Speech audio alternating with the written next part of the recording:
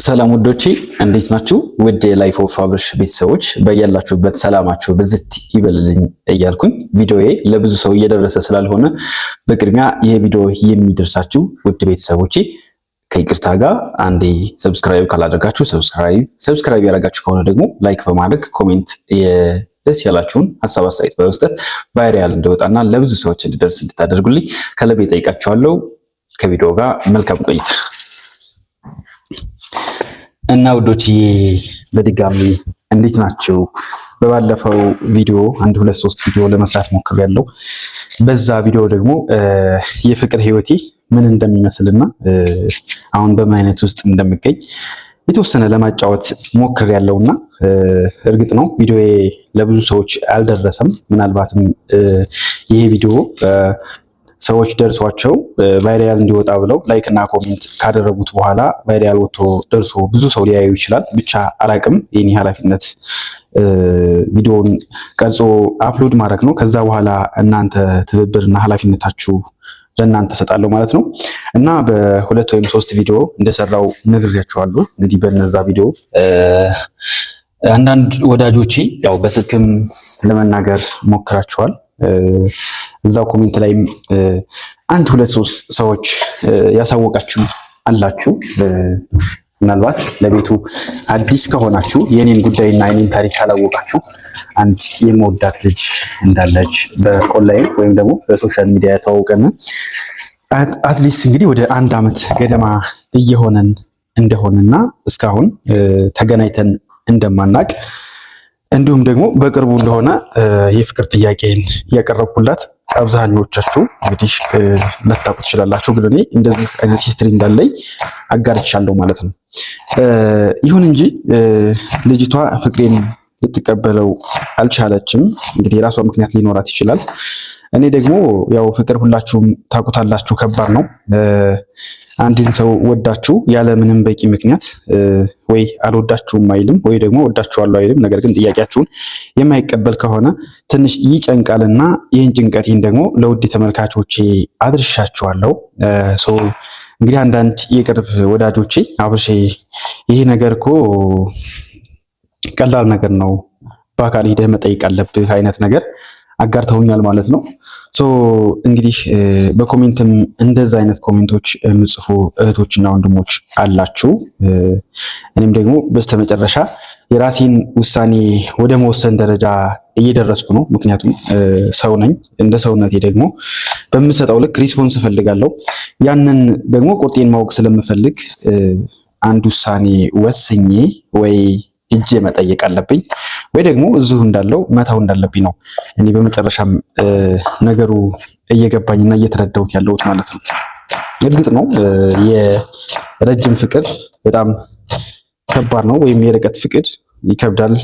ሴቶች አይ ዶንት ኖ እንግዲህ ብዙ ሴት ሊኖር ይችላል። አንዳንዴ ሰዎችን የምትረዳ ሴት አለች፣ የማትረዳ ሴት አለችና እኔ ለምን እንዳልተረዳችኝ እስካሁን የማውቀው ጉዳይ የለም።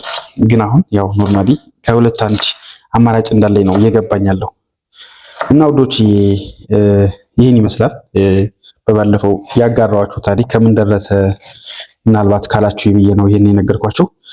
ግን እንደ አጠቃላይ ለእናንተ ምናልባትም አስተማሪ ከሆነ ትምህርት ይሆናችኋል ብዬ የምነግራችሁ ነገር ቢኖር ምንድን ነው፣ በቃ ማለት ፍቅር አይ ነው የሆነን ሰው ላፍቅር ብላችሁ እናንተ ማፍቀር አታፈቅሩም። የሆነን ሰው ልውደድ ብላችሁ አትወዱም። ግን ደግሞ በመላመድም ይመጣልና የምትወርቁበትን ቦታ ማሳመር አለባችሁ። የእውነት በቃ አንዳንድ በጣም ብዙ ኃላፊነት የማይሰማቸው ሰዎች አሉ፣ ታውቃላችሁ። ምንም ኃላፊነት የማይሰማቸው ሰዎች፣ የእናንተ መቁሰል የእናንተ መጎዳት ለነሱ ምንም ያልሆነ ሰዎች አሉ፣ ታውቃላችሁ። ስለዚህ እንደዚህ አይነት ሰዎች በበዙበት ጊዜ ደግሞ ልባችሁን ማይሆን ቦታ ጥላችሁ መሰበር የለባችሁም። ስለዚህ በቃ ፍቅር ዝም ብሎ ከስሜት ይወጣ መሆን አለበት። በደንብ አስበንበት። ያው አይ ነው እኔም ኤክስፒሪየንስ እያደረኩ ስለሆነ ፍቅር አስባችሁበት አይይዛችሁም። ፍቅር ያዘኝ ብላችሁ ላይይዛችሁ ይችላል። ግን እንደነገርኳችሁ ፍቅር ደግሞ በመላመድ ሊመጣ ይችላል።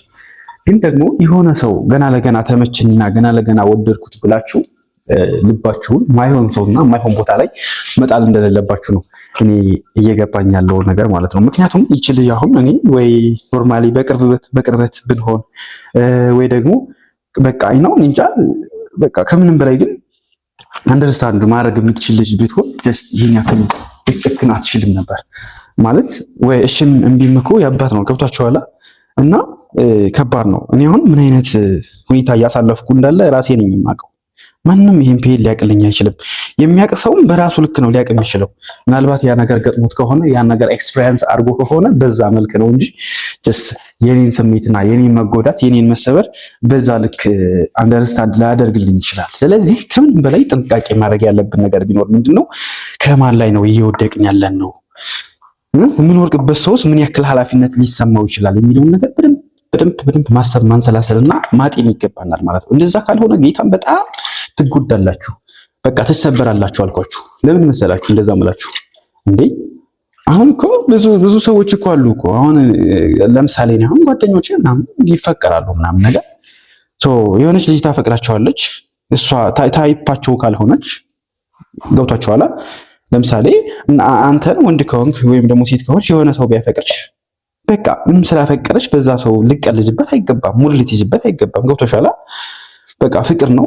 በቻልሽው መጠን እንደማይሆን አስረድተሽ ካልሆነ ከዛ ነገር ደግሞ ቢወጣ ለህይወቱ የተሻለ እንደሆነ በደንብ አድርገሽ ማስረዳት።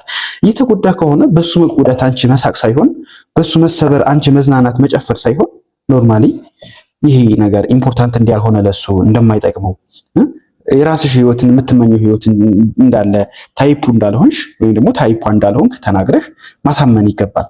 ግን በዛ ፈንታ በሰው ልጅ ላይ መቀለድ በጣም ይሄ ኢሞራል የሆነ ነገር ነው ብዬ ነው የማስበውና በቃ ፍቅር ስትጀምሩ ከማን ላይ ነው ምን ወድቀው የት እየወደኩ ነው ያ ሰው ምን ያክል ኃላፊነት ይሰማዋል?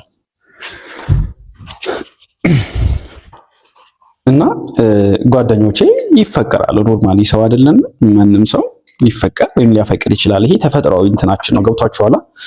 እና ምን ያደርጋሉ መሰላችሁ እንደ ኤክስፒሪየንስ እኔ በእነሱ በማውቀው ማለት ነው ኖርማሊ አይ እኔ አልሆንሽም እኮ እንደዚህ ነኝ እኮ እኔ ስለዚህ እኔ ራሴ የምጠብቀው ህይወት አለ እንደዚህ ነው ታይፔ አይደለሽም በግልጽ ማይሆን ተስፋ ለሰው አይሰጥም። ገብቷችኋል?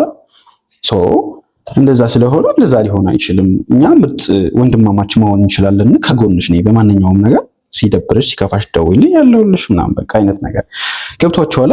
እንደውም በዛ ሆኖ ዛሬ ቤስት ፍሬንዶች ነው ዘመዳሞች የሆኑ አሉ። በቃ ኖርማሊ አንድ ኃላፊነት ከሚሰማው ሰው ኤክስፔክት የምታደርጉት ነገር ቢኖር ይሄ ነው። በቃ ካልሆነ ይከብዳል። ምክንያቱም ሰው ነን። እንደ ሰውነታችንን ለሰው ካላሰብነው ምንም ዋጋ የለም።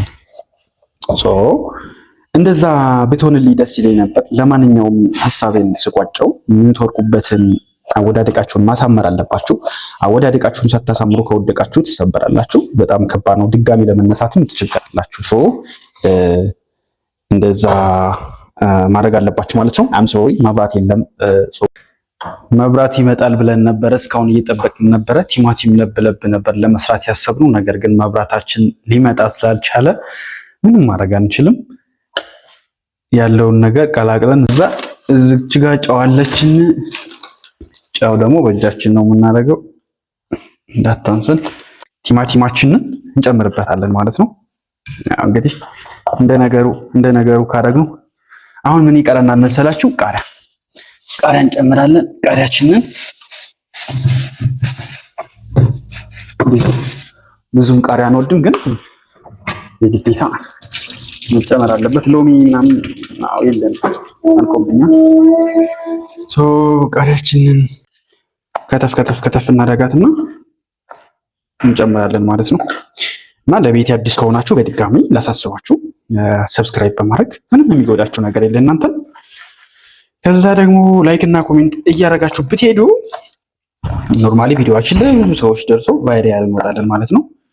እና ቆንጆ ቤተሰቦች መሆን እንችላለን። ከከተፍን እንጨምረዋለን። ያው እንግዲህ ያለው ፊት ያፈራው ቆንጆ ነው ብለን አምነን እንበላለን። እወዳችኋለሁ። በሌላ ቪዲዮ ቀጣይ እንገናኛለን። እስከዛ ቸር ሰንብቱልኝ። መልካም ጊዜ